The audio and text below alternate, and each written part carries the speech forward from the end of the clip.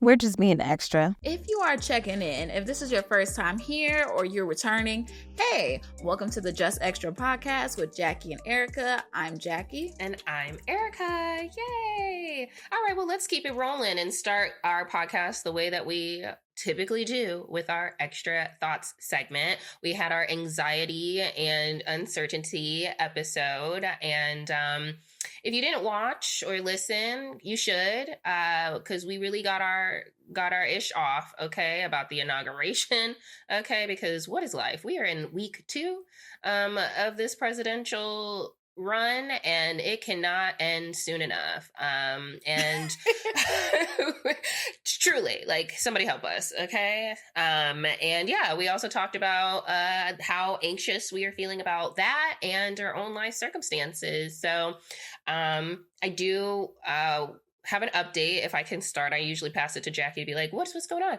I'm okay, everybody. I'm alive. I don't think we're going to cry on this episode. Woo! Okay. And apparently all I have to do is cry on the internet and then things will happen for me. So the last time we recorded, I literally was like, the sky is falling. No one wants to talk to me. No one wants to interview me. Like, no options, no opportunities. And on this episode, we've had 2 interviews since then. Okay? I know that's right. Ain't that good? Look at God. Okay, won't he do it? Shabba-na-na-na-na. You know, sometimes you don't need a mushroom experience to get a dose of reality of life. Sometimes you might just need the world to crash a little bit, and then you can just pick yourself back up. You know, just, how's that going for you? It's going good.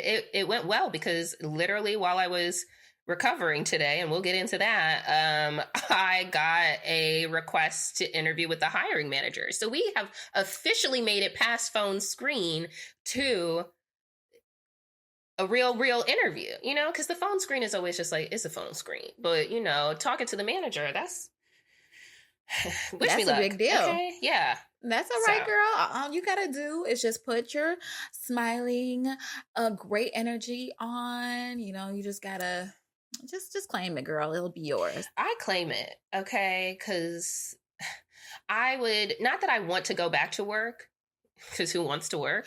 There's first off, we're never going to be happy. You're going to have this anxiety of not working and then the anxiety of working. So it's like, ooh, I'd rather just get the check. Okay. And just be miserable that way. We'll figure it out. Well, hopefully not miserable. Hopefully we're in a great environment. I'm hoping for the best. So yeah, we're doing okay. Things are looking up. I hope they stay up. If it's up, then it's stuck, right? Okay. Jackie? Yeah, okay. No, again, girl, I'm happy it's looking up for you because, to be honest with you, it's just the state of the world. The fact that so many people, like I have a friend who she hasn't worked in years at this point, which is crazy. But yeah, a lot of people are just going through it, like quote unquote, hundreds of applications, and they're not getting a call back, which is crazy. And that's killing me. This is specifically a referral. Okay. So I really appreciate that because that's really how they're talking about how the whole market is changing these days, that you can't just like apply and like, that's really it. Like you really gotta network. You gotta know somebody. You gotta like even our friend Ray, when she got her job, it's because she applied and then immediately reached out to like the VP of HR of that organization and was like, hey, like blah, blah, blah, I'm interested in this and blah, blah, blah. And then they were like, okay, sure. You know what I'm saying? So like you have to do extra stuff. So listen, your network is your net worth. Okay. And so shout out to you. Thank you so much for seeing me. Bringing me out because I was getting real nervous. Okay. Amen. Look, we'll get into more during this discussion today, but look, you just got to do a little bit more. And we've always had to do a little bit more. Tell them. Okay. Well, look, going back to the episode, I really liked the discussion. I was listening back and watched the whole thing while I was cleaning up. And I was just like, okay, Erica, you was really giving it up this episode. I really enjoyed your vulnerability. That's something that, I think people gravitate towards. And just like, look, I love this about you. I'll talk about a little bit more about myself. Like, I do want to learn to be a little bit more empathetic, but and not to get all stars and moons on y'all, but they said it's in my chart that for some reason, I am not aware of others like emotions, like I'm just not aware of it. I'm just so within myself and I understand the world through myself that I'm just not going to be aware of how others are feeling. I'm just not that intuitive when it comes down to emotion. So I wish I was more like that, and I'm working to be more compassionate in that way.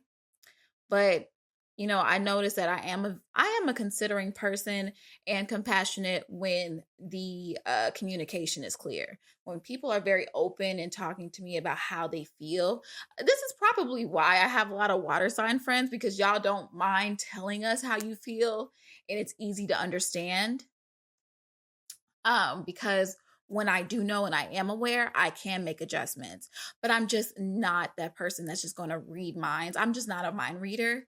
And for someone, because I've been around in situations where people think I'm such an asshole because you just didn't know, you couldn't tell. No, I can't tell. I don't read minds. I'm very sorry.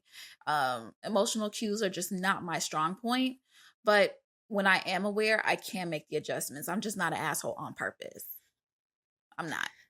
Well, I didn't think you were ever. No, some people think I am, but it's like, here's the thing. I'll be an asshole within reason. If I know what's going on and I act on it, that's because I wanted to. I really did. She's like, it's always with intent. Okay. Yeah, and I tell you, anybody, look, y'all know when I'm being an asshole. Anytime I'm mean to somebody or do something that's out of character or just low vibrational, like I'll say it, and I'll be like, yeah, I was being an asshole. My bad. Or not, do what you like. Okay. All right. Well, yeah. I've appreciated you, so I ain't got no comments over here. But growth is beautiful. Okay, so I appreciate you wanting to grow and adjust some things, and I think it's beautiful, and I support you. So, yeah. All right, so we have a catch up, like not just for you as listeners and viewers of this delicious podcast, but also for me, because we had a happy hour last night.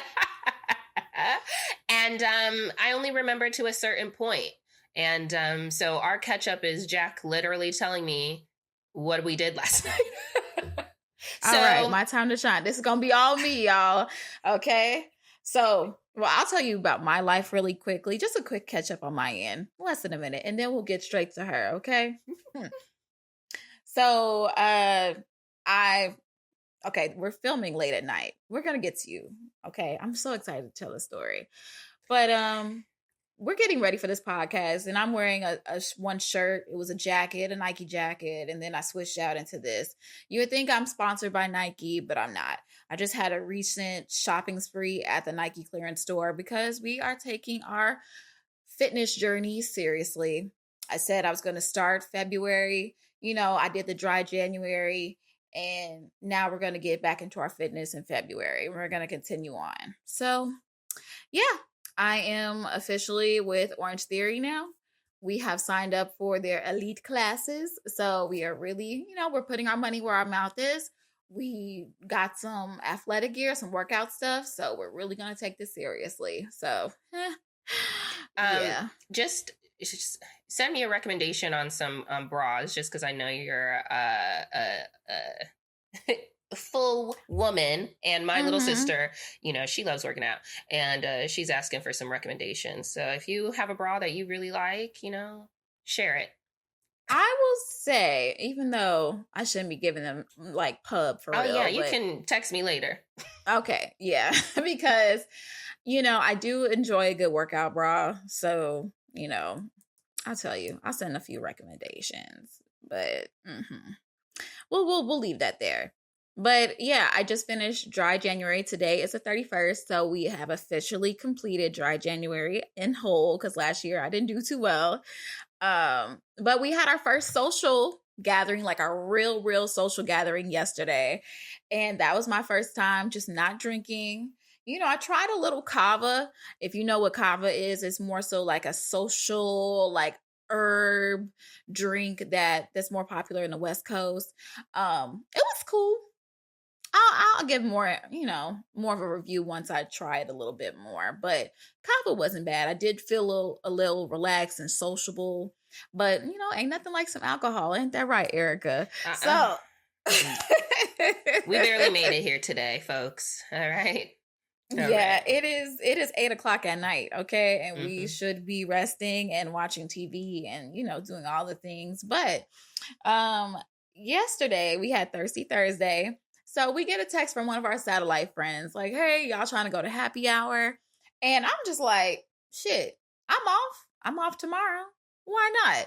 What you trying to do? I could eat. So everybody else was like, yeah, I could come out. I could come out too. So we went to this place called the Conservatory that was recommended by Erica.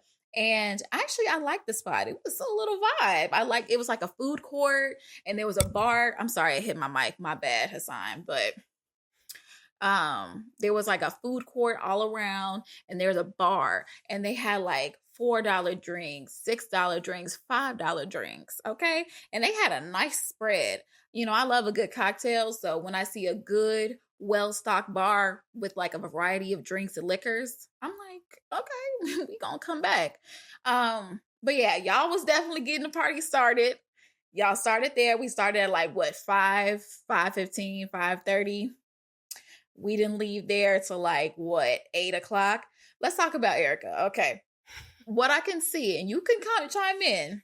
She had 2 wines there. Did you have a cocktail? No, I had more than 2 glasses of wine there, though. Girl, what? Okay. I got there at 5. You got there at 5:30. So I think I was on my second drink before you even showed up. Jesus, what did you have? You had 3 wines? I probably had like 4 glasses of wine. Jesus Christ. Jesus Devontae Christ. We ain't gonna say his real. Look, we ain't say the real name. Jesus Devontae. So I'm here. We're all talking. We're all vibing and stuff. So we're like, okay, let's continue the night. Let's go to Davenport. If y'all know what Davenport is, it's the place where you go to get your one and only drink, your last drink. I don't know, your only drink or your last drink, because if you're from Houston or if you've never been to Houston, Davenport, I think we talked about Davenport before on this podcast. They double the shots, okay? It's definitely double portions. You get your money's worth. All right. So I walk in. Can we talk about really fast about how guys approach people these days? I know this is a side story, but there's a guy that approached one of our friends who was very defensive. Like, he walked up, and I think he was probably nervous that he was approaching a girl amongst a group of people, but it just seems like he was just very weird. He gave really weird energy, very defensive. Like, he was like, y'all judging me? Like, we just met you. Like, why are we judging you?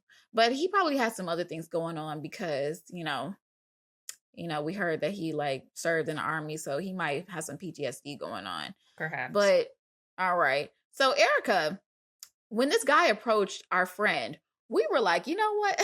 We're going to take a little moment and walk away. Let's get another drink. You already had a blueberry lemonade martini. So this is drink 5. Okay, that was 5 for you. Mm-hmm. So we end up going to the bar and getting more drinks. And that's because one of our other friends, he was like, hey, it's on me. And when it's on me. Right. And that's what I don't recall. I should have been done after that first beverage. But continue. Okay, so we go back. Okay, we come back. The guy is still acting up, but he eventually leaves. And then Erica fucking started going, not ballistic, but just more so like, you started to get a little bit more loud. She's like, Jackie! First, you were shaking me because, unfortunately, the live is gone from New Year's. My bad. I didn't get to upload it. I feel bad about that. But she was like, Jackie! And I was just like, I'm sorry. And so, I have no memory. Yes, you were just like, oh my God, I will punch you in your face right now. You literally told me you would punch me in my face. I'm so and violent. So I was just like, okay. I'm more so like, all right, like, you know me. Look, okay, let's do it. Like, but you were like, I can't believe it. And then she was like, and then you turned around like 2 seconds later, I love you. I'm just trying. Look, I love you. I know you're here for the podcast. I know you're here for us. I know you're here for the things. Okay. And I'm just like, yeah. Okay. So I'm like, everybody's like, okay, but it's time to go. What we trying to do? I'm like, you know what? Let's go to Urban Social. Y'all know Urban Social. You know what? Yeah, we're gonna continue. Hopefully things work out. Okay. Mm-hmm. Sorry, y'all. This is some pre-production and some production things going on. So I just wanted to, You got it. Yes, appreciate that. Okay. So we're like, okay, it's like 9:00. Y'all want to go to Urban Social? And y'all know we talked about Urban Social on here, okay? This is where all the bullshit be happening. This is where I went to go get too fucked up and, got in some shit, So we go to Urban Social and we just chilling and vibing. Erica, first of all, you drove home from Davenport. When you we said were like, that, first off, that's yes, crazy. You were at home. I checked your location and I was like, oh, she is at home.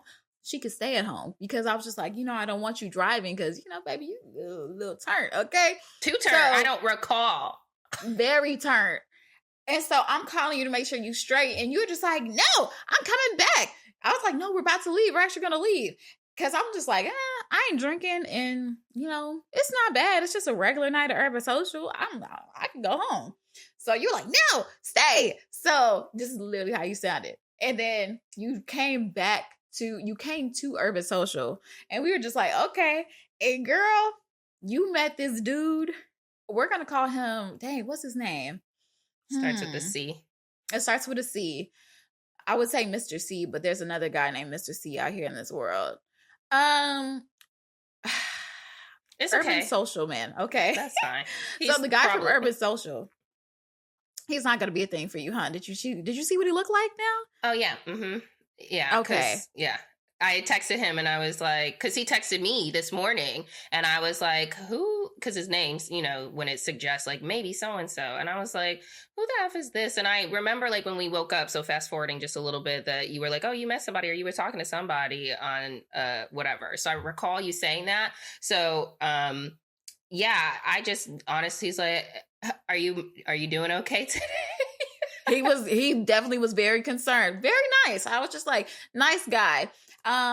So yeah, you guys locked eyes, I guess, because he told us, he like, yeah, I was about to leave, but then me and her locked eyes. And so you just started going.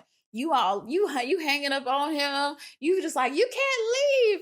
And he's just like, I'm not leaving. I'm gonna be right here with you. And y'all was just all over Urban Social, hugged up, dancing. I was just like, oh, okay, this your man for the night. So y'all disappeared for a moment. And then I was just like, oh, is everything okay? And so he was just like, hey. He found me. He was just like, well, I guess I saw you guys coming out from where you guys came from. He was just like, hey, just make sure she gets home. Make sure she don't drive. And I was like, don't worry. Let's get the keys. Girl, you was fighting us to take them keys from you. You was not trying to get them keys up. Okay. Crazy. And so I'm like, no, because if y'all have heard about Apple Watch, if you guys know, you might not know who she is, Erica, but she used to be on Love and Hip Hop. She's disabled now because her friends let her drive, and she got into a very horrible accident. And she has a interview on Soft White Underbelly on YouTube. If y'all know that channel, y'all know. Okay, just know it's the trenches. Okay, very unfortunate story. It's very entertaining too. But I was just like, no, we're not gonna let Erica be like Apple Watts because she's going to be so upset. She'll never forgive us if something happens to her and all that stuff, which at the end of the day, you probably should take some personal accountability. But because I'm the responsible friend, I'm like, let's take these keys and let's go. So he's like, no, you get in the car. Cause you're like, no, I'm not getting in a car. No, I'm like, give me the car keys. Give me the car keys. So he took them from you. He gave them to me, and he got you in the car. So nice. You was like, bye. You was so romantic when y'all left. I was just like, I asked you, I was like, did you get his number? And then you were like, no. And then I was just like, hey, come back over here. Go ahead and exchange, some information. Follow our podcast too. So, so we did that. So our other friend was like, hey, let's keep the party going real quick. You want to come back to my place? And we just go ahead and finish up. And I'm like, yeah, okay. Look, I only planned on being there for a little bit. And then I was just going to drop you off at home and then take your phone and Uber back to my car with your money. And then I was just going to talk to you about it in the morning. Okay. That's so crazy. Okay. You can write that off. I feel like, look, write it off. a $5 ride versus a $500,000 hospital bill. I think that we're good. Okay. Mm-hmm. So we end up going to his place. And you are acting a fool. You're singing. You are like red beans and rice. But let me finish up the story. Long story short, we woke up. It was 6:30 in the morning, and I drove your car back to Urban Social so I could pick my car up. And you went home and you threw up. So there you go. Wow. Sorry, this is a long. I hope it wasn't too long, but no. Yeah. Wow, interesting. So apparently, we're very aggressive. And also lovey-dovey at the same time. I think that's a very good summary of me as a person. Okay. Very interesting. I wonder what we dipped off into the corner and did. I'm like, what we do? What'd I do? What happened in that corner? Asked him on some, I had to ask him on some, like, what the hell happened? He was like, nothing. She just had to go to the bathroom. I was like, oh, okay. I was like, okay, fine. Are you okay? I'm okay. I feel fine. I mean, obviously my head was pounding and I literally think I hit my head on something. Okay. Oh my gosh. I'm like, hopefully nothing crazy pops off because, we have an interview on Tuesday. Okay. So that's right. I need that ish to be calm. Yeah. I mean, again, the last thing I remember is the guy that approached, our friend, and I don't recall anything beyond that moment. Like, I remember us talking about him, like, oh, he was weird. Like, I remember that being like he was so weird and energy was so off. That's why I think we was just like, let's just go to the bar. I got a mocktail and you got another drink, but I didn't know that was drink number 6. So yeah. Mm-hmm. And then you got more. Then you bought us shots at Urban Social too. What happened? Because I had to look at my bank account. Okay, girl. So it's like I only spent $14 in the conservatory. Okay, beautiful. And then I said that was $42 from Urban. I was okay. So you brought over shots for all of us. She's like, we thought you went to the bathroom, but you came back out with shots. We were just like, but I'm not drinking. I'm just like, damn, but you spilled my shot anyway. So I was like, because I was this close to, she spent the money. I was about to pay for, I was about to say, fuck it, we almost done. But then, when you spilled my shot, I was like, you know what? This is destiny. I'm not supposed to have that shot. Good. I wasn't either. Yeah. But we was here, girl. We was vibing. We was having a good time. But okay. Yeah, I didn't know how gone you were for real. Gone. Until we went to our friend's house. And I'm singing about rice and beans. Red beans and rice, girl. Red beans and rice. Yes. I do enjoy red beans and rice. I wonder why I was singing about it. Because he offered to cook some food for us. Oh. And he was like, red beans and rice. And you was just like, red beans and rice. Yes. Girl, you was... And then you made me sing it. She's like, come on, Jackie. Red beans and rice. I was just like, okay. All right, I'm with it. And it's so funny to be on like the outside of being like sober, but still having a full-fledged night. It's like interesting. Yeah. I'll do it again. Okay. That's good. Okay. Well, we didn't die, okay, but I paid for it this morning, for sure. And even right now, like, I can't, every time I laugh, my head just like, oh, shit. So it's having a moment, okay? But yeah, I was still intoxicated when we woke up in the morning. Like, the fact that I literally did not want to drive home. Like, I mean, I did want to lay down. But I was like, can I teleport? And then I was like, what happened? Why are we here? I apparently chose to sleep on the floor. Like, That's very interesting. And then, not to talk about him, but when I looked around, I was like, it's a hot mess in here. And then I was thinking about it today, and I was like, I wonder how clean that floor was. I was fucking dead. His living room setup is actually like, I love couches like that, where it's like super big and like comfy and stuff like that. And I was putting you on the swivel one. It's like, those big, like cozier, like cuddler couch situation chairs. And you was like, no, I'm sleeping on the floor. Interesting. So you got on the floor. Crazy. Yeah. Wow. Okay. Well, not too bad. Okay. That was pretty decent. We made it through. And should we check on our friend? No, he's okay. Okay. He's all right. Yeah. All right. Great. Okay. Okay. Well, yeah. Great summary of our night. Yeah, I definitely had two glasses of wine before you even got to me. So, and my problem is that I don't be really like eating. The only thing that I had that day, I had a Potbelly sandwich, which I know I'm supposed to not be having a sandwich, but it's double points on Thursday. So you're so funny. And my HelloFresh is gone. Okay, so I'm out of HelloFresh. That delivery comes tomorrow. So that's what I decided to treat myself to. Okay.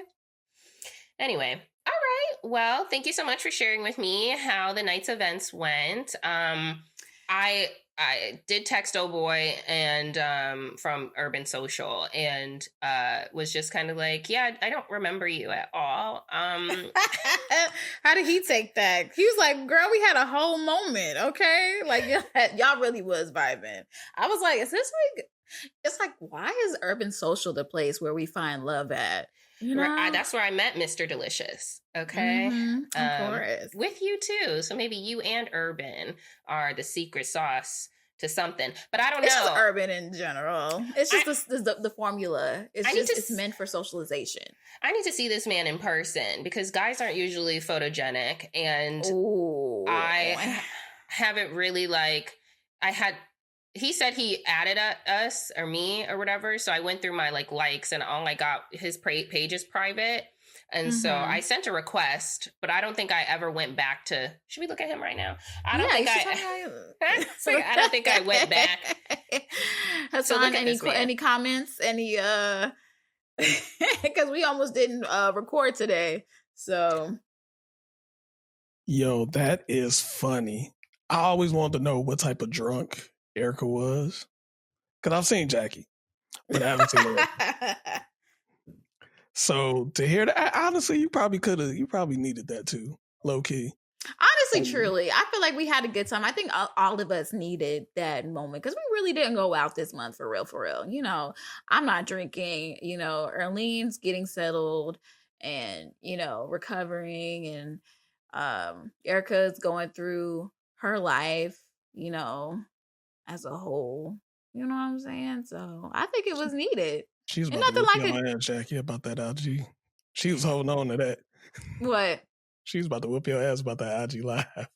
She was holding on to that. Yeah, she was. I was like, what the fuck? I was like, damn, you could have just reminded me. That's what I was like, just remind me. I forgot about it. And you was like, what were you? No, I think the part that really killed me, you was like, what have you been doing? I was just like, don't ask me no question like that. You know what I be doing.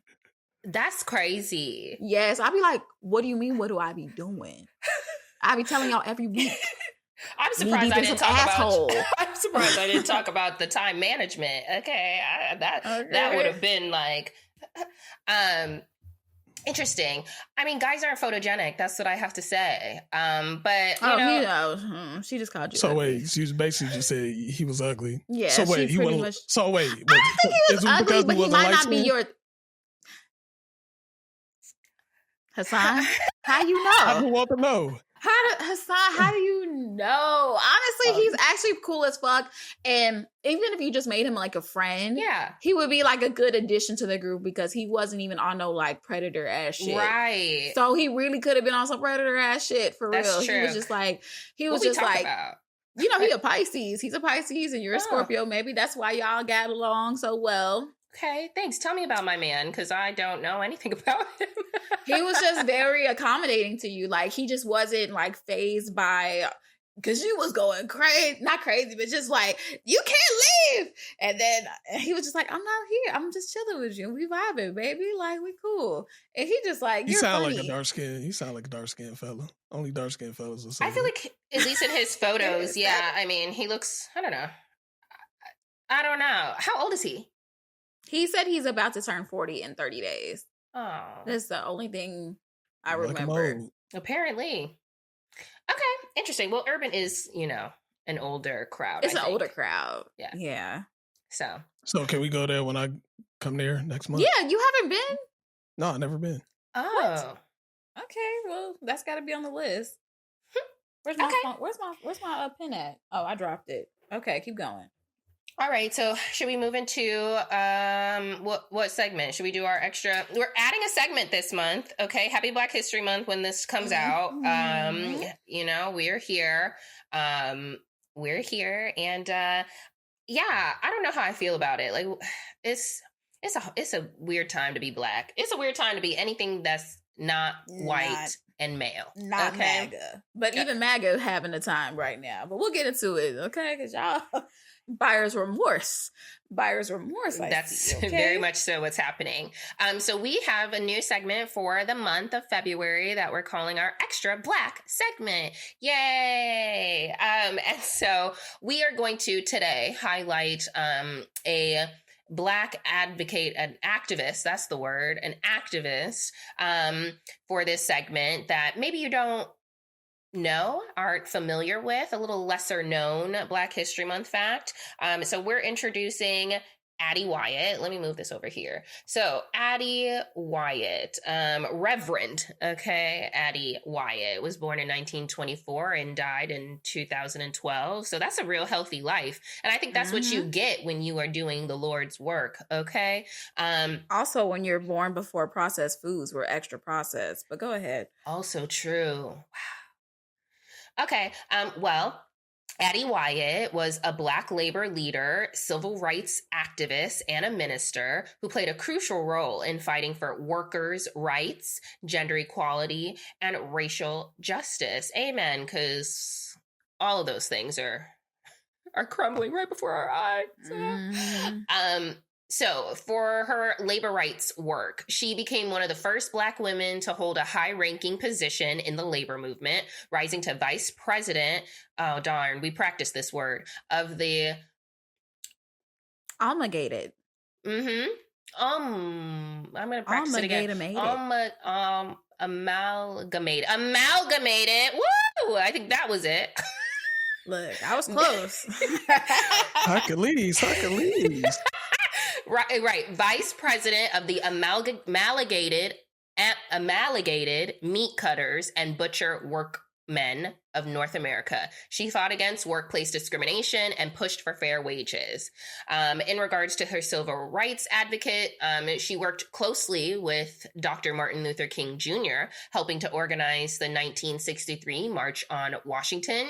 And as a feminist leader, she was a founding member of the National Organization for Women, known as NOW, and fought for the inclusion of Black women in the feminist movement. So all good things, all great things. So feel free. I hope we inspired you to look more deeply into Addie Wyatt and other unsung heroes. Okay. Yeah, because, we get like the same 10 people every February. And it's just like, you might need to know who else was involved in this. Like, it's not just Martin Luther King and Malcolm X and Rosa Parks. Okay, come on. And Harriet Tubman. Okay. All right, come on. Let's pick it up, y'all. All great people. Okay, I love that. And so, yeah, y'all do your research and, just stay educated. So for our extra, we do a little pop culture, the things that we see in the media that, it's causing a little stir this week. Speaking of stirrups, barnyard, overweight. I don't know. Not that you said barnyard. No, I promise you, X has been eating this person up. If y'all don't know who we're talking about, yep, there you go. All right. If y'all don't know, there's this rapper that is overweight. She contacted Lyft to pick her up, and the Lyft driver was like, "Baby, what? Not in my car. Not my tires." Pretty much was just like, "Girl, you too big to get in my car, so I'm gonna need you to cancel. We're gonna cancel this." Yeah. And so now she's suing Lyft as a company, $multi-million. Okay. So I'm trying to figure out, does she have a case or not? Mind you, let's give you a little context. The girl, let me give you her full name, child. Did I give you? Let me write this down. Did I write her name down? Her name is Detroit rapper Dank DeMoss. What kind of name is that? But okay. Dank DeMoss. She was denied a Lyft ride. Oh. No, it don't. What does that mean in Detroit? Normally, dank was associated with weed, like smoking dank. That's like early. I was just, my head went straight to weed, but I was just like, they call it dank because it stank, you know, because it's like, damn, this shit, like, I smell it, like, that shit's heavy. Mm-hmm. It's loud, you know? Okay. So yeah, she was loud and clear with us, and she's trying to sue Lyft. So she's in a multi-million-dollar lawsuit for discrimination against her morbidly obese, you know, body size and cars. Now, does she have a case? Can I say? Some people were trying to argue, like, what's the difference between like 4 drivers that weigh between 150 and 200 pounds each, and she's 600 pounds, you know? You can kind of compare it to like an airplane. You ever wonder why airplanes seat people certain ways? It's so they can balance out the plane. Now, if you are on one side of the car, and yeah, it may not work, okay? Let's just say that. Also, they have bigger cars for you. I don't know why you decided to just take a regular car when you could have just got like a Lyft XL. I don't know why you were being cheap like that, but I guess we all being cheap sometimes. But do you have a case? You know what? She may have a case just because people have sued McDonald's for like hot fries because they got burnt by hot fries. Oh, hot coffee too. Hot coffee as well too. Mm-hmm. So, but to me, I feel like you're not giving this person or having this person take accountability. Like, not sure why she's that big, not sure what she's went through, whatever the case may be. But it's like... Ooh, let me not be an asshole. Sorry. Go ahead. Well, on planes, I feel like, you know, or at least some individuals, I'm just going off of Sheila. Is that her name? From Why Did I Get Married? Didn't she... Not the movie. Did she buy 2 seats or whatever? She had to get 2 seats or had to get off the plane. So she had to get up off the plane and drive up that mountain to save her marriage. And I'm watching This Is Us. And so Kate on This Is Us is a plus size woman. And she, I know for sure, she literally sat down in the plane in her seat. And like this other woman just like looked at her and she was just like, don't worry, I bought both of these seats.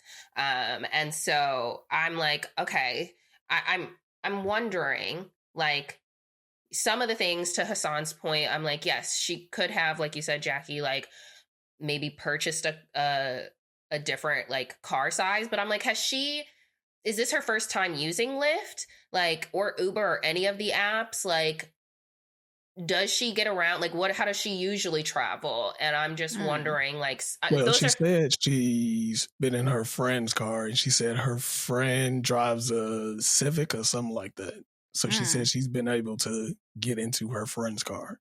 Okay, well, I've owned a Civic, and that's a pretty small car. So, I mean, the guy was just like, nah.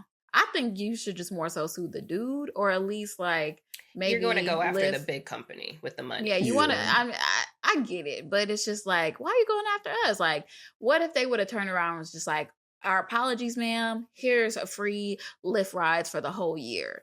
Like, no, you want millions of dollars. And I mean, if you want to go ahead and pursue the case. I'm pretty sure they're going to settle and just be like, you know what, here, girl. Here's some money. Yeah, it's on Lyft's part. It's probably smart to settle versus just letting it, you know, keep going. Because then you might have other stories that come out. So it's kind of like, okay, let's just go ahead, just settle this out of court, whatever. Because my thing is, like, she's lucky she got that on camera, that they was just like, no, I'm not, you're too big. Because if it would just off of hearsay, they would have been like, because, you know, some people, they get their rides canceled because of their race, because of how they look, you know, like, oh, this is a group of Black people. I'm not trying to go in that area. There's so many like ways of being discriminated against that aren't really caught per se. And you don't really have exact proof, but she did end up catching it on camera because she was just like, he was like, no, my car. And yeah, it's a little fucked up, but I mean, good luck, girl. I just find it interesting. And people are like, girl, all right, if that's what you want to do to get your shit out there. Like, is her music any good? Has anybody listened to her music? No. I didn't listen at all. All right, girl. You better be promoting yourself while you getting all this promotion. You better do your Googles, because all I see other than this video of you is you falling down on the stage backwards. So not to talk shit, but just more so like, go ahead and put your shit out there. All right. You cute too. That's all I got. What? That's all I get. No, that's fine. Yeah, I'm not as familiar with this story. But yeah, I mean, best of luck to her, I guess. I don't know what else to say. I just what would you have done? Like, if you were driving Lyft, would you have been like, okay, get inside my car?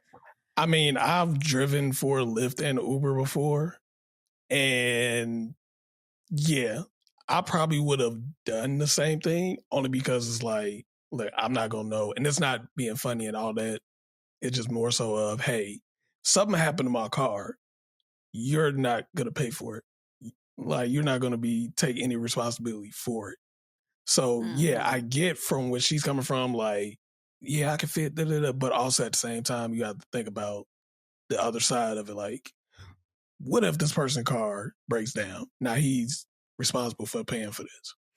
Yeah, I think, well, aren't certain like things insured by Lyft? But I guess it depends on, you have to prove it was that person. Yeah, or and like, I'm not sure. Like, I haven't driven for Lyft or Uber in a long time, but I'm not like, when it comes to like, you know, damage as far as like somebody throwing up in your car or damaging your car, like far as like hitting it or slamming the door, anything like that. Yeah, but I'm not sure how would that work if a person is overweight and they were the cause of messing up your car. So not sure how that's going to go.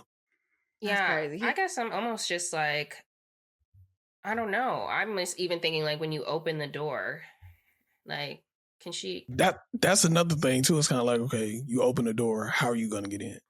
Right. Like, I'm just like, and then I know you sit in the back in like a Lyft, so at least like width wise, she would have like the space maybe, but like, how do you get into the actual vehicle at that size? Like, I'm really just like, what are the logistics? You only can push the seat up so far. So okay, yeah, I mean, keep like, your ear girl, to the case. Right, I'm look. Well, update. Look, good luck, girl. Get your money. The dude was probably like, damn, my tire's bald as fuck, and here she go. My shit about to pop on this girl. I don't even know. And now look, the way his car was looking, it probably would have. I wouldn't blame him. The car was, you don't know people's raggedy. circumstances.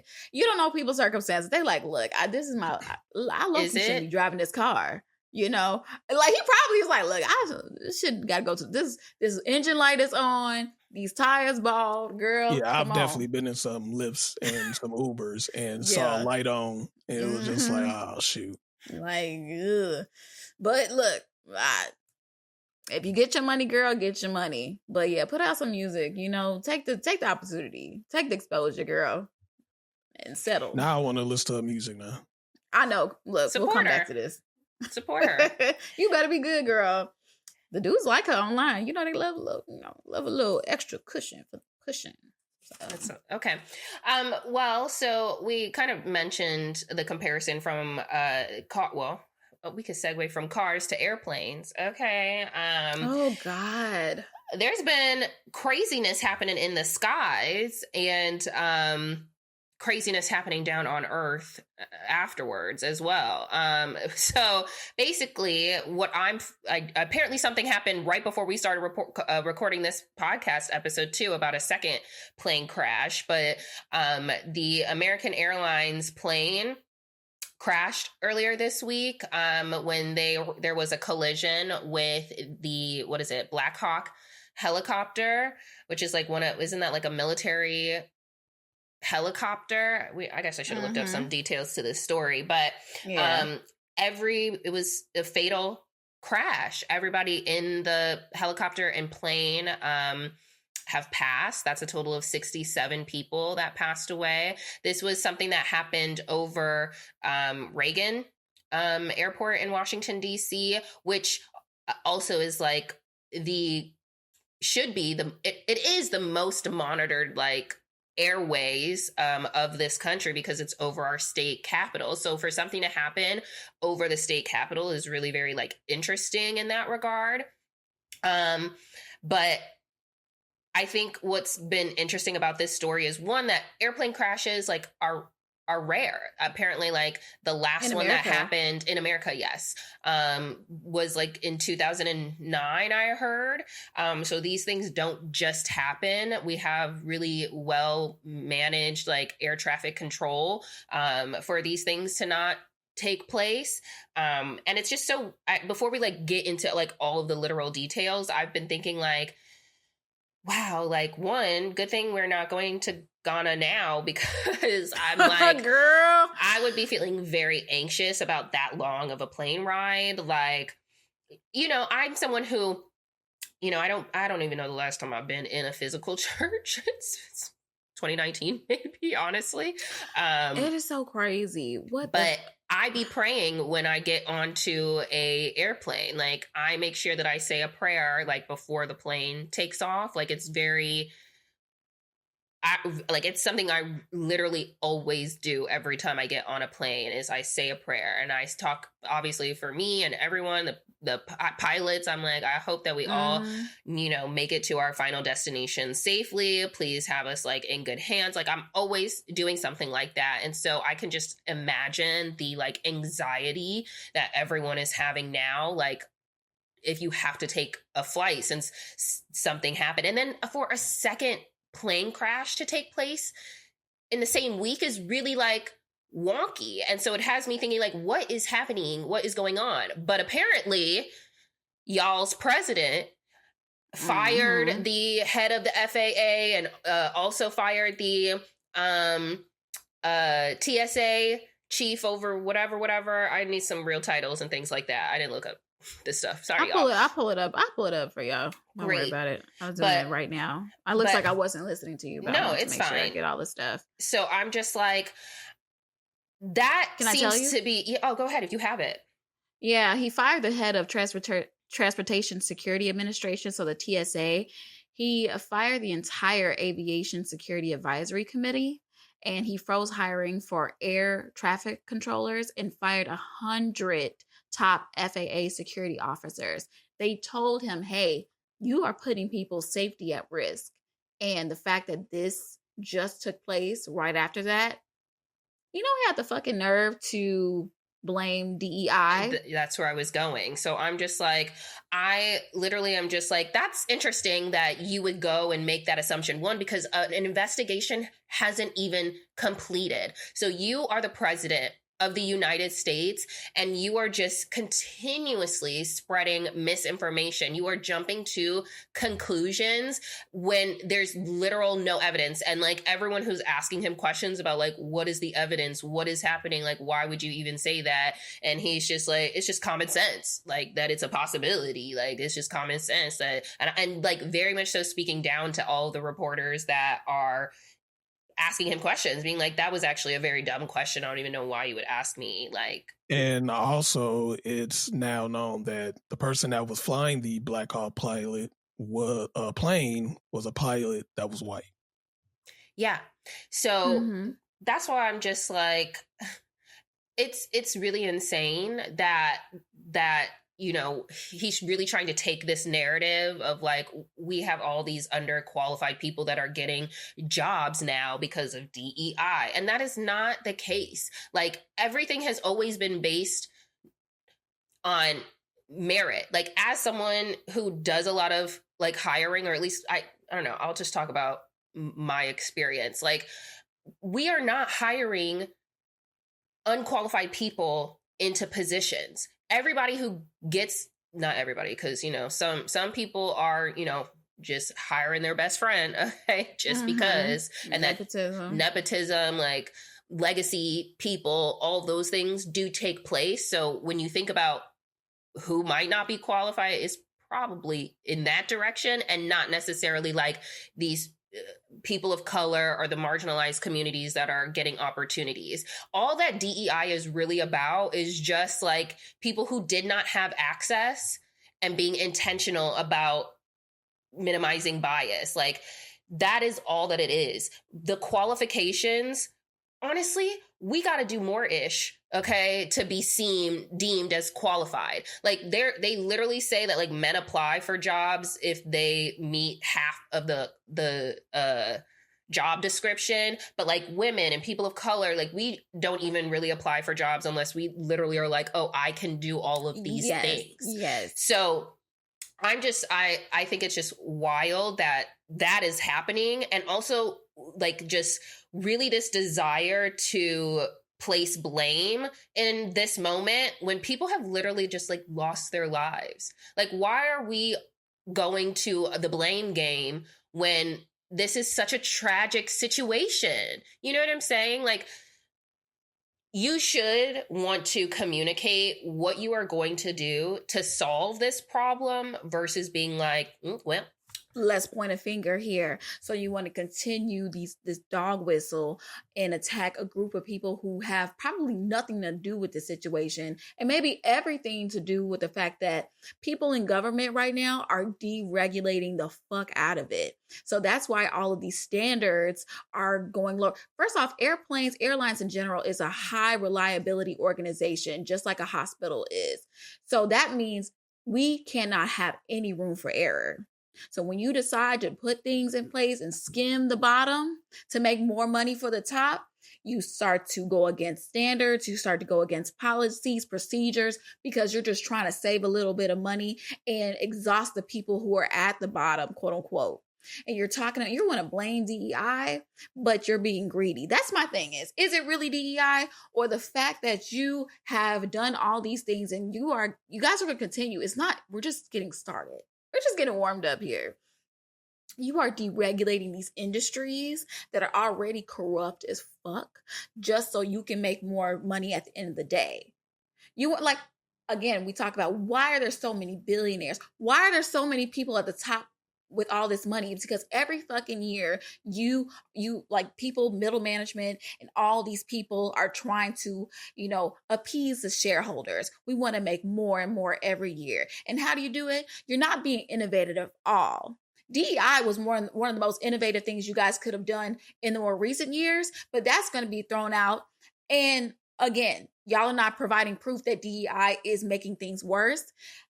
But going back to it, you guys are focusing on the wrong things. You guys are skimming the bottom. You're deregulating. You're not even being innovative. You're just trying to skim the fat as much as possible to make more money for the people at the top. And that's why you have people who are like, you know what? There's no unions. There's nothing for me. I don't feel no protection here. There's no incentive of being an employee here. So now you just hiring any old body. Let's play devil's advocate. Let's say DEI, quote unquote, is the thing. And now you got people who are taking these jobs who are not qualified because you don't want to hire anybody with a master's degree, a bachelor's degree. So now you got some situations like that. And you want to just mix it in with people who are quote unquote unqualified because you don't want to pay people properly. And now you are looking at fatigue and safety issues. And now it's just crumbling. We're all paying for it. This is not going to be the end. And it's very scary. My own sister was like, should I come out for my birthday? Because she has to take a plane to come here. And she's already afraid of flying. We're all afraid of flying. Let's keep it real. Let's keep it a buck. you know? I'm a control freak, and that's out of my control. Okay. Yeah. So and that's once it's going down, we're all going down. Okay. So it's like the fact that you really decided to put the blame on, say, a program that wants to reflect the entire nation as a whole versus you or these like company heads that are doing everything they can to deregulate shit and make shit harder for the people that are working, harder for the people to get into these jobs, and then harder for the people who actually want to purchase these services and are afraid they're not going to get their fucking money's worth and going down because your ass want to fucking because you want to make an extra $1 billion a year. And yeah, to your point about innovation, like that's how you can make more money, when you have different people who have different ideas to break into something new. Nothing new is going to come from everybody who came from the same background, has the same lived experience. Like that's just not going to happen. I know people have different like definitions for like, or like what does, I know we're not in the main topic yet, but like my dad sent me something that I thought was interesting. I was like, did you come up with this? He's like, no, I was, he didn't say doom scrolling because he's old, but he was like, I saw it on the internet at 2 a.m. And I was like, yeah, I feel you doom scrolling, my boy. Right? But he said, he sent me DEI. It said, Donald's extreme ignorance. And I was like, that's on point. Okay. There you go. That's real.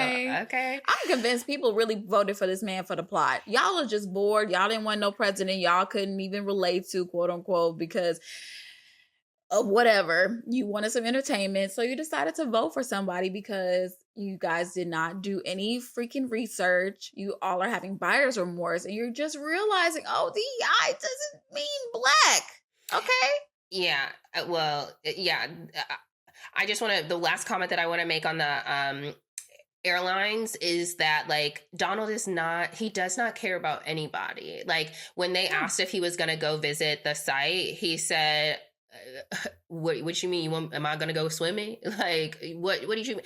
And it's just like a for very plot, because y'all want to laugh. A very poor joke. Like, please act like somebody who's in the highest position of this nation. Like, please at least pretend that you have some inkling of like professionalism. Like, and then maybe some empathy. Like, it's wild. It's wild. So, obviously this episode we are talking about DEI, okay, because I think it has a bad rap these days, okay? And I'm someone who's very passionate about this stuff, and people need to have just an understanding of what this ish actually is and like why it's so important. So I think the first thing that I want to explain to y'all is like, what are these words? Like people don't even understand what DEI even stands for. Like people are like, what do these like letters even mean? And it's for diversity, equity, and inclusion. And I think all of those are very important terms, okay? And it is basically diversity. I feel like we all kind of know what diversity is. It's all about various representation, like it's various like demographics. It's all about like the person, right? So we think about differences as diversity, right? And so when we're talking about like diversity, it's not just race. Okay. I see that tends to be a thing, but it covers all of the protected classes, right? So gender, so like women, right? So all genders. So what is it? So race, gender, ethnicity, religion, disability status, like veteran status, sexual orientation, sexual identity. Like those are some of the big like ticket items that we think of. Age as well when we're talking about age is a big thing. Diversity. Okay. So that's diversity. Equity. Okay. I think a lot of people think equity and equality, like they tend to like miss those words up, like, and they're two very different terms. There's an image that you all could probably Google out there that when you type in like equity, it's usually like an image of like 3 different people who are trying to watch the game of soccer, whatever game it is. Or it's like a fence. And there's like a fence in the way, right? So there's a barrier to their inclusion. And so there's 3 diverse different people of different heights, right? So this is just an example of like explaining what this terminology is. And so they're all trying to feel included in watching this game, but there is a barrier to their inclusion, it being that fence. And so the tall person is doing great. Okay. So they already can see, they're tall enough to look over the fence. They are there, like perfect, makes sense. That medium height person can't see and the shortest person can't see. Equality is saying, let's do the exact same thing for every single person. So give them a 1-foot box to stand on. So the tall person who already sees gets this 1-foot box. The medium height person gets this 1-foot box, and now they are able to see. But that short individual gets that 1-foot box and they still can't see. Still can't see. That's equality though. Like that is the same thing. You give it the same resources. Everything is equal. Okay. But the outcome is not equal. That's equity. Equity takes into account what the intended outcome is. And if the intended outcome is for everybody to see and view the game, whatever image this is of soccer, I'm picking soccer because I used to play. Okay. So if the goal is for everyone to be included, equity is really important. It says, of the resources that we have, how can we distribute them so everyone feels included? So the tall person, you good. You don't need it. You don't need any more access because you're good. Okay. The medium height person, great. That 1-foot box works for you. Here's that 1-foot box. You can now be included at the same level as that tall person. Now the shorter individual will get the 2 boxes to stand on. And that makes them able to be included in viewing this game, right? So that is really what equity is about. It's focused on the outcome. What are you intending to do? And how can I make sure that even though the distribution may not be equal, it's taking into account people's circumstances, right? So it's taking into account what people actually need to put everyone at that same level of access. So that's what equity is. And that's why equity is so important. But equity gets white man in a bunch. They because they're like, well, why do they get 2 boxes? And I'm like, you can already see. You're doing just fine. Why are you complaining?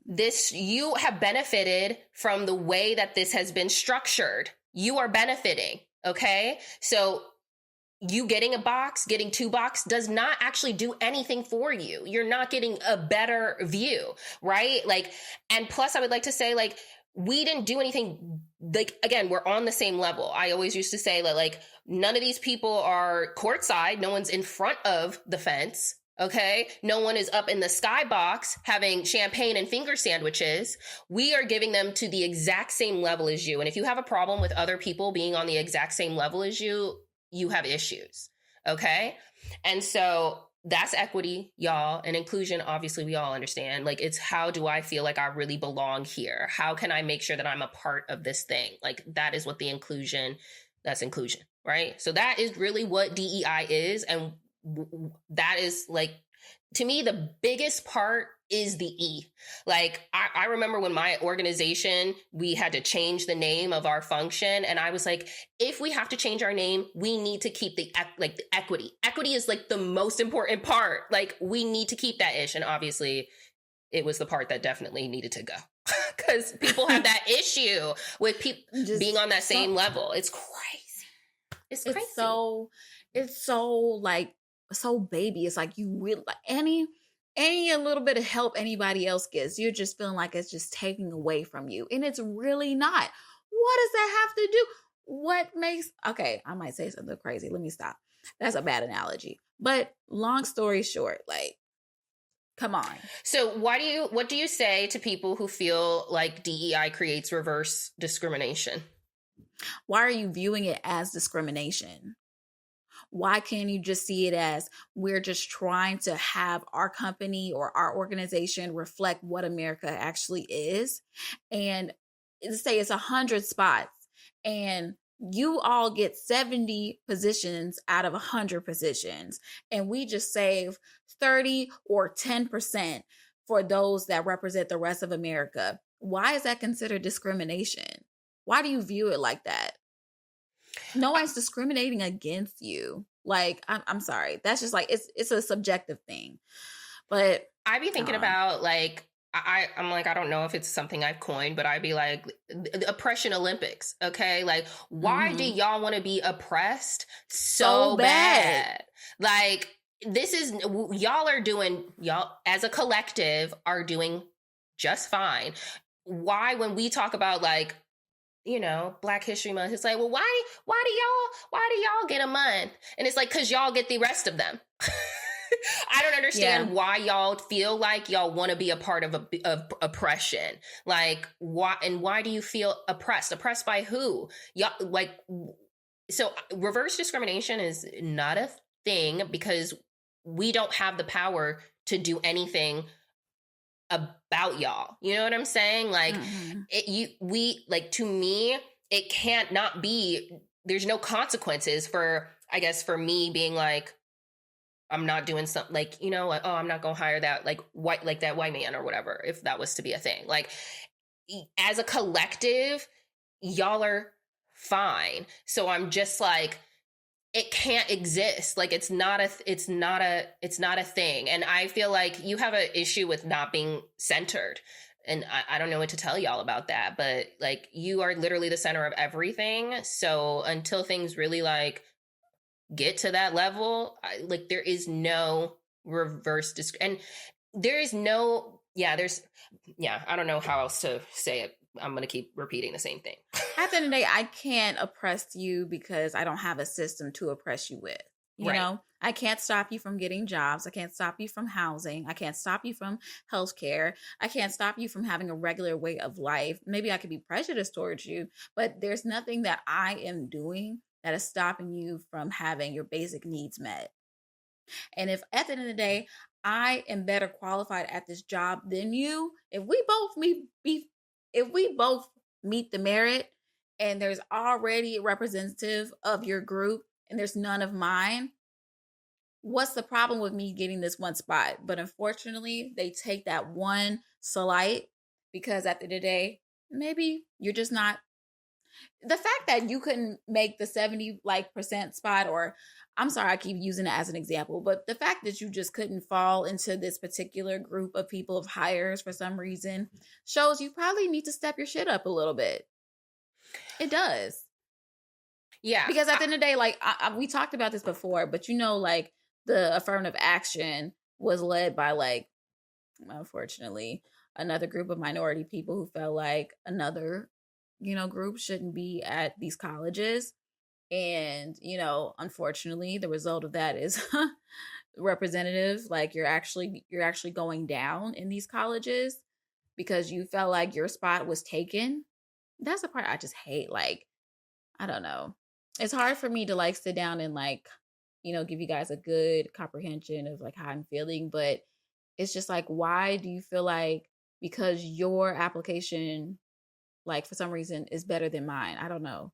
It's privilege. It's privilege, and it's the story that they have been told that y'all are superior. You are superior. So of course you're going to come into the world and exist in a world that like says that to you and believe that ish. Like if you're consistently told these messages, you're going to believe that. And that's why, representation is so important, because if you don't see it for yourself, then like it's hard. You get that narrative that like women aren't doctors because that's not what you see. That's not the message that's being communicated to you. Right. So one of the things that I wanted to say was like organizations need to focus on like talent ads versus like culture. Like people say, oh, like you're not a good fit. You're not the best fit or whatever. And I'm like, we're not trying to fit into whatever box structure that you've designed. And plus, again, you cannot innovate if you're hiring people who match exactly what everybody else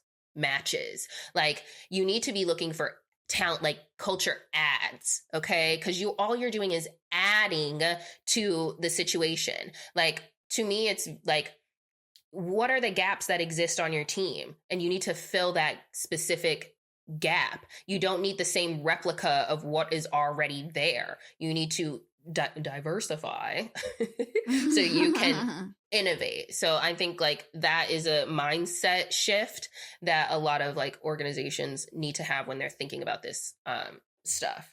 Okay.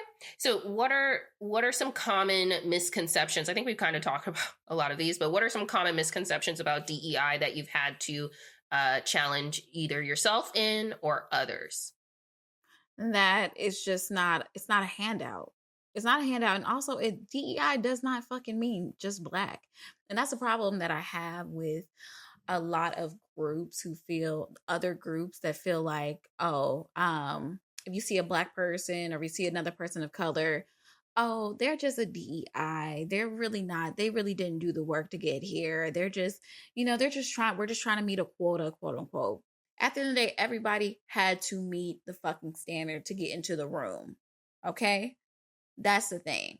But I really hate the fact that DEI is now considered a dog whistle for Black. But people forgot, especially a lot of MAGA supporters, they forgot, hey, this includes women, this includes veterans, this includes people with disabilities, this includes Latinos, this includes Asians. Like, you gotta remember, like, and also, like, I think white men forget that they fall into a lot of those other categories as well. Like, race and culture is a different thing too. Intersectionality. So, hello, we all are at the intersex. I am Black and I am a woman. And I might have a disability that's undiagnosed. And disability also, by the way, is visible or invisible, which apparently we're not doing those terms anymore. But it's apparent and non-apparent, okay, disabilities. So, like, there are a lot of intersections that exist in a person, and like everybody has some kind of diversity within them, like anyway. Okay. Well, yeah, just to move us along, is there a personal experience where you felt either like strongly included or excluded, either in work or in life? I mean, I talked about this earlier, but honestly, all the workplaces I've been in, I felt included. I have not felt like the minority because I am in civil services. So that means like I work in Medicaid, case management, hospitals that serve the underserved. So everywhere I work with women. I work with Black women. I work with Hispanic women. Just all of the workplace I've been a part of, I've never felt excluded. The only time I felt excluded was when I was in undergrad at U of I. And in my dorm, I was the only Black girl in my dorm. And I was literally asked questions about how I was, oh, hey, why do you wear that when you go to sleep? A hair wrap, a bonnet, if you will, that's the only time I kind of felt excluded from the community, because I did see all the girls kind of like get together, go out, go to these bars, do the things. And I'm not, listen to the Adeles, when she came out with 21 and all that stuff. We aging ourselves, but like that was a time I didn't really feel included, but I knew the differences. I knew because I am me, like I'm a Black woman, and this is just something I don't feel a part of. And that's okay. I will find my group eventually, and I did. But in my everyday life, I don't feel that way. But that's because of the choices I've made in my career. Yeah. I'm completely the opposite. I don't think that there's ever been a space that I've existed in where I felt included or a part of the community. Y'all, if y'all are on episode 53 with us right now, then y'all already know that I grew up around all white people. Okay. Like, never crossed paths with a Black person that was not a family member until I think the 7th grade. We got our first mixed girl in the school. And then it wasn't until like high school where more people were like moving from the city or wherever they were coming into my high school, but still very few of them, because I've never had class with another Black person until I was 18 years old. It was my second semester of high school before I even shared the same room with another Black person. Like, it was just not, I'm from the cornfields, basically. So like, it was never an experience that I had. Like, guys didn't like me. I wasn't like the attractive person in school. Like I didn't even, no one was interested in me. It was not anything that I've ever experienced. Even when I went to college, I specifically selected the Black dorm just to get paired with a white girl for my roommate. Isn't that funny? Ain't that something? Everything happens for a reason. I really, truly believe that, because I don't know if to me, I always think about it like, well, I would not have spent as much time with my older sister because she was 2 years older than me. So because I spent more time with her, I was with her friends, and one of them, did their internship with Inroads or whatever. And so I was able to actually like, what is HR? Like, what is this? And like, get into this career path. Like, I had an internship. It got me a job right after college. Like, I'm doing well. So like, I really think that like, if I would have made some different friends, I would have had different choices. Would I have, I don't know. I have no idea. And then, yeah, because I'm in HR and I work for corporate 500 companies, like Fortune 500 companies, like I'm very much surrounded by white people all the time. Like, there's very few of us, in the workplaces. Like, my last organization, only 5% of it was Black. And I know that, at least in the US. And that's not even like the one office. That's across the entire United States of America.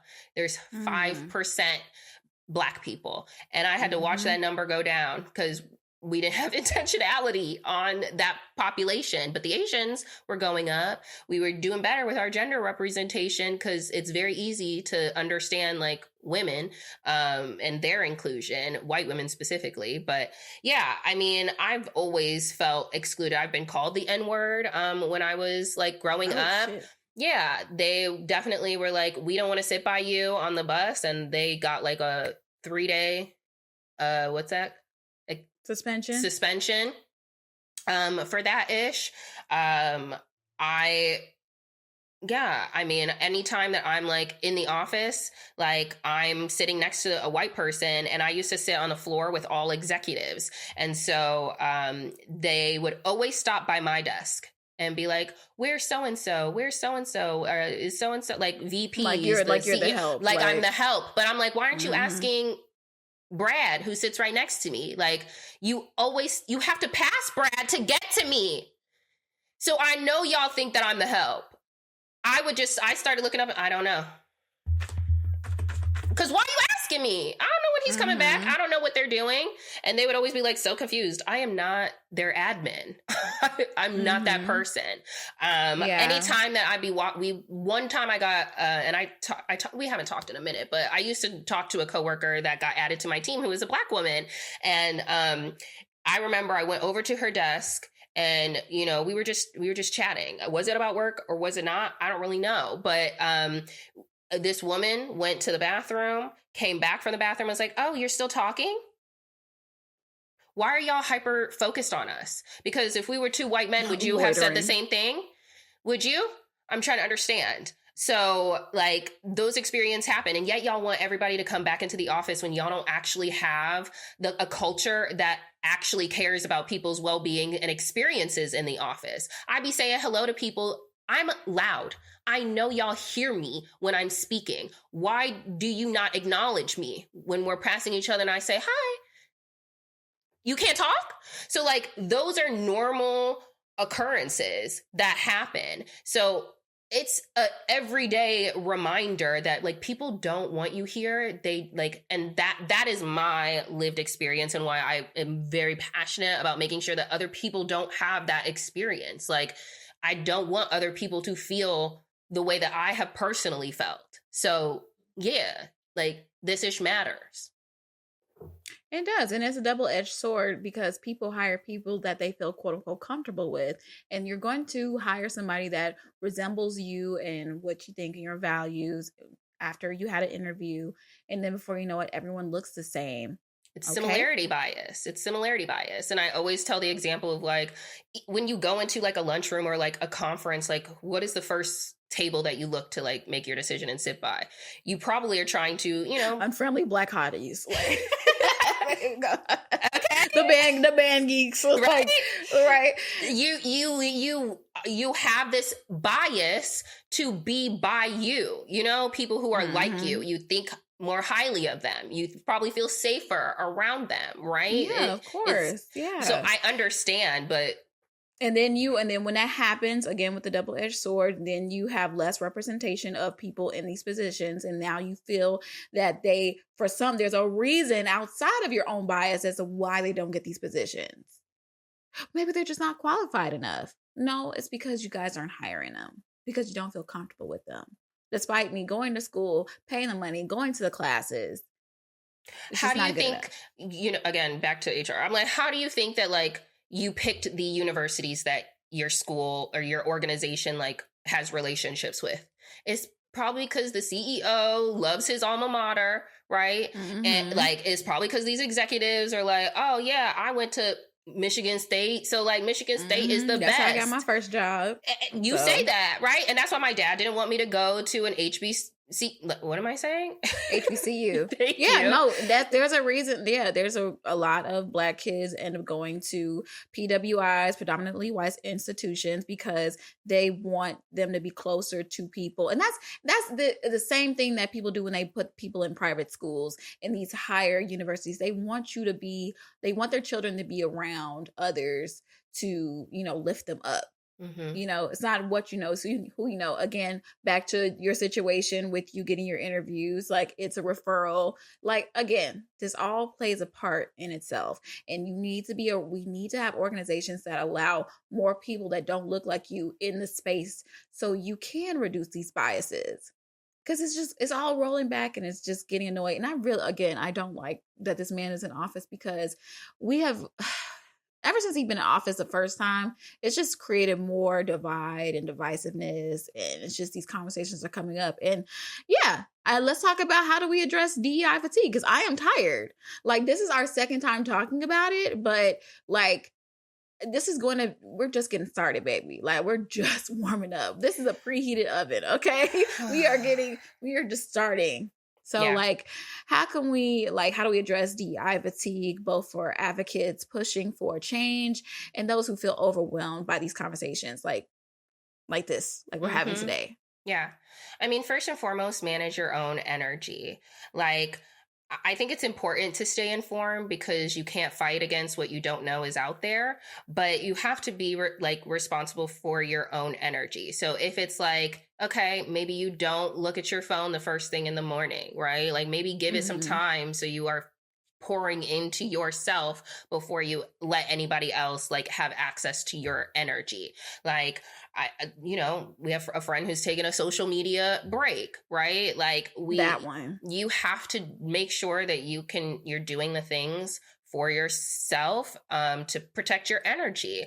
I think you should also just like pour yourself into things that actually bring you joy. Like make sure you do that like daily. Like, what are some things that you really enjoy doing? Like, you know, make sure you go to your hot yoga class. If you like to draw, make sure that you are drawing. Make sure that, you know, if you want to dance and listen to music in your home and like, that's what you enjoy, like make sure that you are contributing back to yourself. Like, manage your energy and find things to do that bring you joy, to recharge yourself, to refuel. So healthily, don't go to the drugs and the alcohol and the sex okay. I mean, a little bit, but like healthy things. Yeah, I think taking a break is important. Also, getting the facts. Like I talked about this. I don't know if you remember. I don't know if you remember this yesterday, but I was just like, no. Ooh, I want to get into the dark web. I just need to see some real information.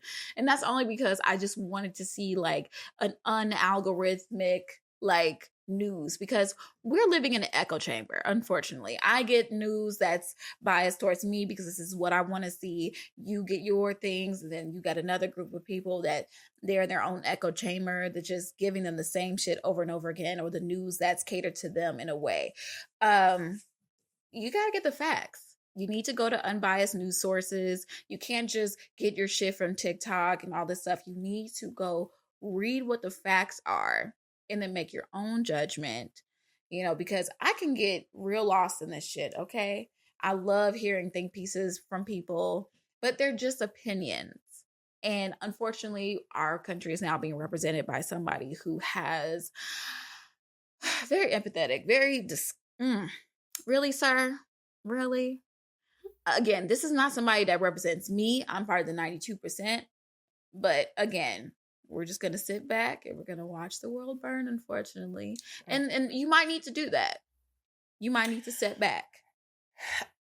I think, yes, again, manage your energy, take breaks, but don't completely zone out, because that's how things get done. Mm-hmm. Like, you have to have some kind of knowledge and awareness and access. And again, manage that. Like, is it just one time a week where you're like, okay, let me just deep dive, like, let me just take this time, 30 minutes on Monday or Friday or whatever you want to do, and be like, let me review what happened, this week. Like, if that's what you want to do, then fine, but you can't completely just take yourself out of the situation. So what are some everyday actions that people can take to, maybe that are small, to create a more inclusive place? Because I think it's gonna take all of us embodying the type of world that we would like to see and exist in. And so, to me, there are organizations that I do not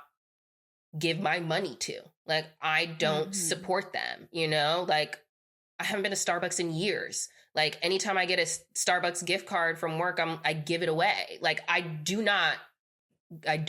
Jackie knows I be on her. I don't go there. I was just about to ask. When the last time Jackie been to Starbucks? I told y'all when I was coming from Ghana at the airport. You said last year. She said last year. That was last year. I know. And that was last year. That was in 2024. I know. Yeah. We in 25 now. That's crazy. So I went to Dunkin' Donuts today. I actually went to Dunkin' Donuts today because they just built one by the house, by the crib. So ain't that part of that too? Yeah, Dunkin' Donuts definitely contributes a lot of their funds to the Republican Party a lot. Really? But yes. You know what? I ain't gonna say. There's something I was gonna say, but I was like, really? Because y'all giving DEI too. But whatever. I ain't gonna say, we'll leave that there. But to me, those are small actions, and you don't have to boycott everybody all at once, get rid of it all. Like, you don't have to do that. Just, again, what are things that to you are very important and meaningful that you feel like you're going to, get around? I feel like that's one thing, is being aware of where you spend your money. And then I think I'm going to be Metro, see something, say something. If you witness something happening that is wild, that's discriminatory, that's you need to say something about it. I don't let that ish exist around me. I speak up about it. I stopped talking to someone basically because they didn't want to stick up and say nothing. You know what I'm saying? He was also boring. You already know. Like a screaming.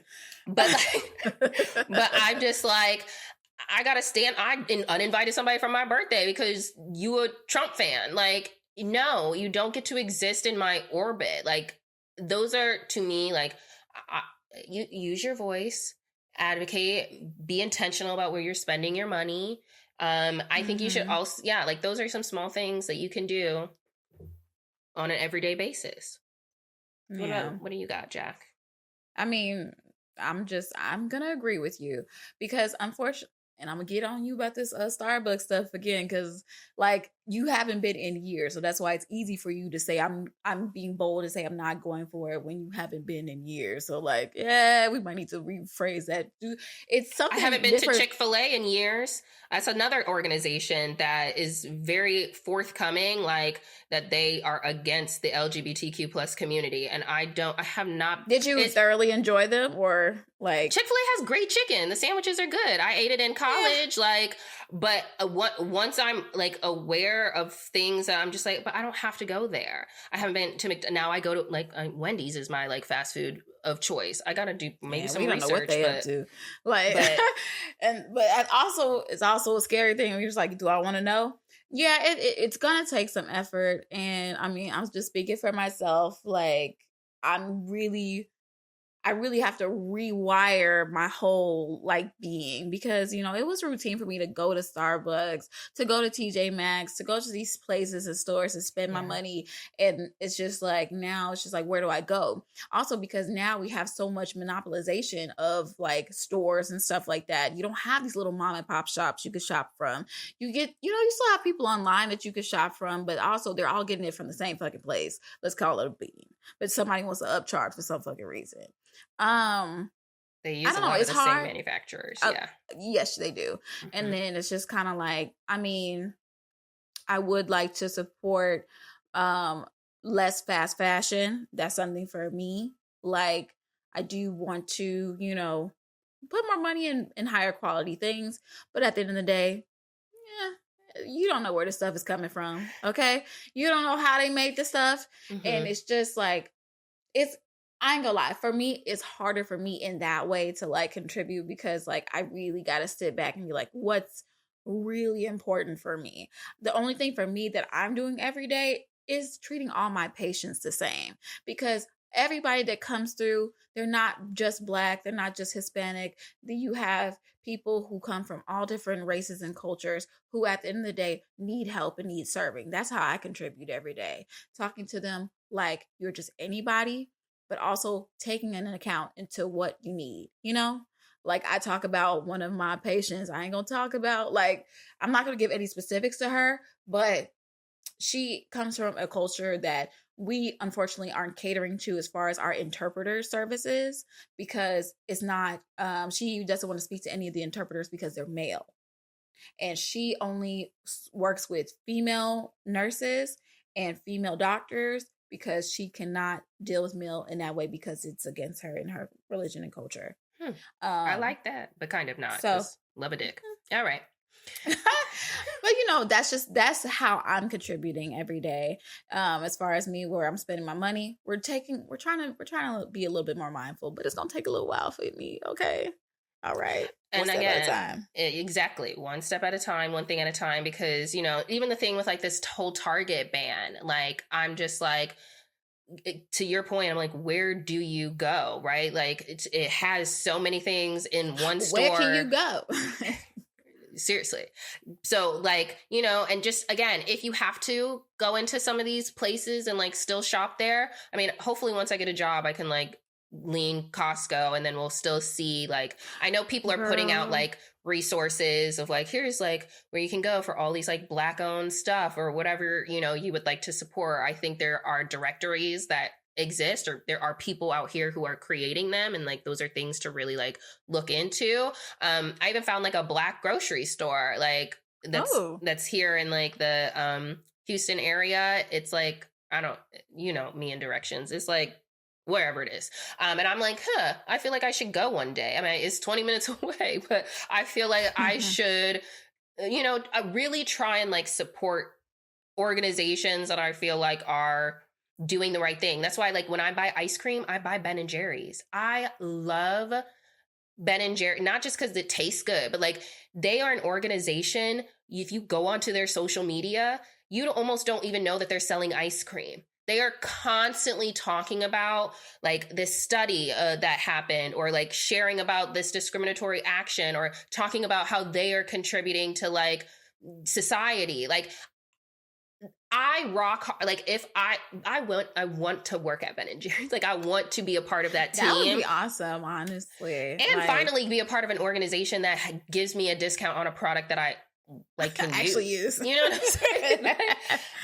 Oh my gosh. So like, to me, that's how you like hold organizations like accountable for these types of things. Like, you don't support them. You don't support me. You wouldn't hire me. You won't sell anything like that's for me. Like, I don't support you. Like, that's how you hold them accountable, because money talks. Money talks. Money talks all the time. Okay. So again, I want to be more accountable, like more mindful about where I spend my money. So yeah.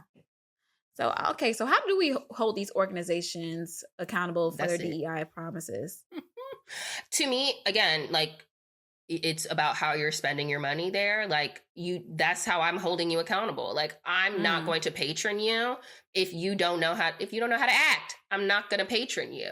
And then I think, like, even interviewing, as much as I'm like, I need a job, like, it's very important that, like, it's still an organization that supports these initiatives. It's very important to me, like, when I'm having conversations with the employees, like, that I'm asking them, like, so what do you see that's happening? Like, what are some of the things that, like, your employee engagement survey, like, says? Like, what are some of these things? Like, so like, I'm always, even the job that I just lost, I remember interviewing for them, and I asked them about their diversity, and I was like, how does that reflect in, like, your values and things like that? And she was just like, and I really think that I was the catalyst for them revamping their values, because then we got a core value that was about, it was called Everyone Belongs. Don't look up the company. But I'm just like, I remember when I got hired, that was the first thing that she said to me. She's like, you actually really made me think about, like, how we externally are thinking about these things. Like, I actually went and had a conversation with our CHRO about it, like, blah, blah, blah. And I was like, oh yeah. Like, it's about making sure that it's an environment that you want to exist in. And then, yeah, to honestly, like, and it's too much for some people sometimes. They're just like, this is too much. It's like, organizations need to tie, and this is honestly, we did an audit and we got it, you know, we were at risk because we tied executive leaders' compensations to our DEI goals. Like, your bonus will be impacted if you're the leader of this organization and we are not seeing progress towards our goals. And obviously they flagged that because a white man, you know, could be like, well, you didn't hire me because it's going to impact their dollars, right? So, like, those are things that we stopped communicating externally, and or they start doing things and we stopped doing practices. Yes. Because some people could take that and, like, okay, if I really want to make this money, like, how am I going to get these people up in here? Maybe you're not doing what you have to do. Maybe you are doing things to, quote, fill a quota. So that's not even on us. It's on you because you wanted to get your bonus. Yeah. Yeah. Well, then, yeah. So, I mean, like, to me, like, hitting people in the pockets is always going to, like, make an impact. Like, that's me. Okay. So just like a fun question, maybe it's not fun, but, like, if you could implement a DEI policy, what would it be? I need to see the public stats. Your stats need to be public. Like, I know a lot of companies do, but a lot of companies don't. I need to see which stats are. Who are you hiring? And also, is it making a difference?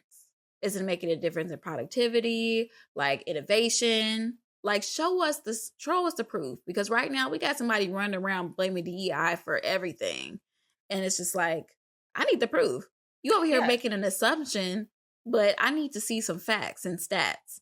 But some people don't like going off of that. Transparency is so important, and that's also how it builds trust. Like, I remember having a conversation in the workplace, and they said, we did an audit on and pay discrepancies, and we didn't find any. And then it was right, and so it was just right, and they, like, we would always be asking for that information. Like, our women's group was like, y'all say that everything's good, so why can't you share it? Like, for years, like, I'm just like, we did this audit in, like, 2022, like, and y'all did not show the actual results. And I'm like, it makes, and that's why they let me go, because I'll be talking too much. I'm like, you understand that we look bad, right? Like, you're holding them accountable and they can't handle it. That's why they know you're just too good, and you're just holding them up, and they're just like, this is too much. They're like, dang, she's just fuck them, right? Fuck them. You. Fuck them. Thank you. Yeah, if I could put a policy, I don't know if this is like realistic, but to me, I really am like, anyone who does not believe in DEI can't have access to anything that isn't from their culture, like policy. Like, keep the same energy. Keep the same energy. All right. So y'all don't like Mexicans. Y'all can't have margaritas, you know, like whatever. Like tequila is very much so like, and I don't like you enjoy your sushi, okay? You enjoy, you know, whatever it is. You can't use peanut butter, okay? Because I was a black man. What is that? George Washington Carver. Like you can't use the light bulbs, okay? Like be in the dark. You using candles, okay? Like to me, like you will quickly see which group of people is really out here doing ish, okay? Because some of y'all will not have nothing, okay? And we're not just going off of patents, because I actually listened to something. They were just like, patents is just like, you know, a claim on like some property. But the thing is, just because you created a patent first doesn't mean that was the first invention, right? Yeah.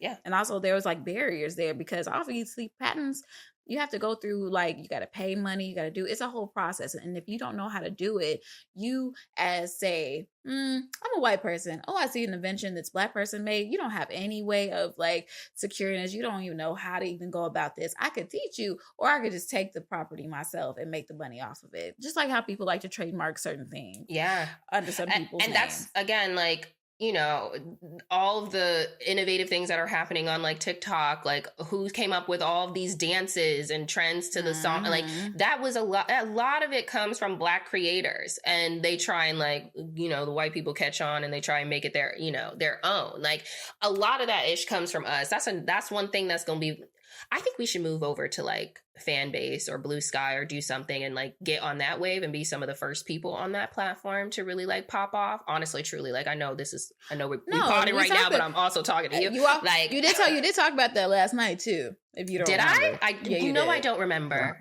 That's okay. You already.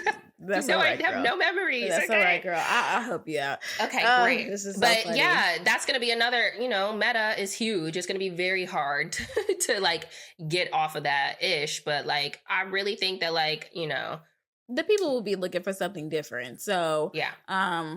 Just like how TikTok came in, you didn't think that anything else could come in and compete with Instagram and Twitter, X, and here came TikTok. That's why they was trying to get rid of that shit, okay? Right. But yeah, honestly, just to get back to it, like, you know, when you think about America in itself, it's a melting pot of all cultures and races and diversity and all that. And for you to not want your company or organization to represent that, it's a sad thing, because it makes you feel quote unquote uncomfortable, or it's quote unquote unfair for you. Again, this is why they're over here trying to make us stupid, try to take Black history out. Because at the end of the day, I saw this, that, you know, American history will always have the asterisk, because at the end of the day, this country became the greatest country based off the backs of who? Us. The DEI people, okay? And go Eagles. I don't know if y'all gonna win the Super Bowl, but go ahead. Look. Look. Let's go for it. Yes. All right. Well, any other last thoughts on the main topic before we get to our Am I Just Being Extra? No, that was my last thought. All right. Yes. All right, y'all. Commit to an action, please. We need to get back to community. Okay. We all need to come together. Y'all. As much as we go in on y'all, those that really get it, we are with y'all. Okay. That's it. All right. Let's see who asked us for some. Also, before you move on, just want to say prayers and condolences to those who lost their lives in that plane crash in North Philly. They said it was 6 people on that flight. Yeah. It was the 2 pilots, 2 doctors, a patient, and a family member. Yeah, I saw it was actually a like medical transport, just like it was like a medic flight. So I don't know what's going on these days, but y'all over here cutting these corners. it's more than DEI, baby. Just know it's bigger than that. You over here trying to press deflect. condolences to the people on that American Airlines flight as well too, and their families. Yeah, absolutely. And their families. Yes, a lot of people. I think they were from like, was it North or South Carolina? Like the crew. Yeah, it's sad. Gosh, and I think it was like an Olympic, like a young, like young. It was like a lot of young, so many young people, like 11, 14. That's crazy. You got the nerve enough to make jokes like that. It's crazy. Talking about swimming. Okay. But anyway, am I just being extra? Go ahead, girl. I've been dating my boyfriend for 8 months. I'm a Black woman, and my man is of another ethnicity. From the start, his parents have made it clear they're not thrilled about him dating outside his race. I've tried to be understanding, but their behavior is really starting to get to me. Every time I see them, they give me these snotty, disapproving looks. It's like they don't even try to hide it. When I interact with his sister's kids, the parents will suddenly call them over or physically pull them away, like they don't want me near them. And if it wasn't enough, they constantly bring up his exes, especially the ones from their own culture. They even had the nerve to mention right in front of me that one of his exes was asking about him. I love my boyfriend, and he insists he doesn't care what they think. But this situation is making me feel some type of way. Am I being extra for feeling disrespected, or should I just brush it off since they'll never fully approve anyway?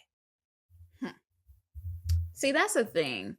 You know, a lot of Black women, they don't like to date outside of their race anyway. And a lot of it's because of this reason. Like, they don't want to feel, you know, not included in their own quote unquote family, especially someone that they're dating and in love with. I don't think she's being extra. Because I would like from the guy that she's dating to, you know, take an account of that and check his family. Now, if he, depending on the culture, if family is super important to him, or he doesn't want to go against his elders or anything like that, you know, that's fine. But I think if anything, if his relationship with you is important, he should do what he can to protect your peace. And it probably not be around them if that's the case. You can't force people to like somebody, but you can change your environment. And if he does that for you, good. But I don't think you'd be an extra. That's my opinion. Yeah. I'm like literally same. I know yeah. I mean, I think one, it's only been 8 months. So is this something that you feel like is long-term, like something you can deal with if they don't ever come around? Like, is family important to you?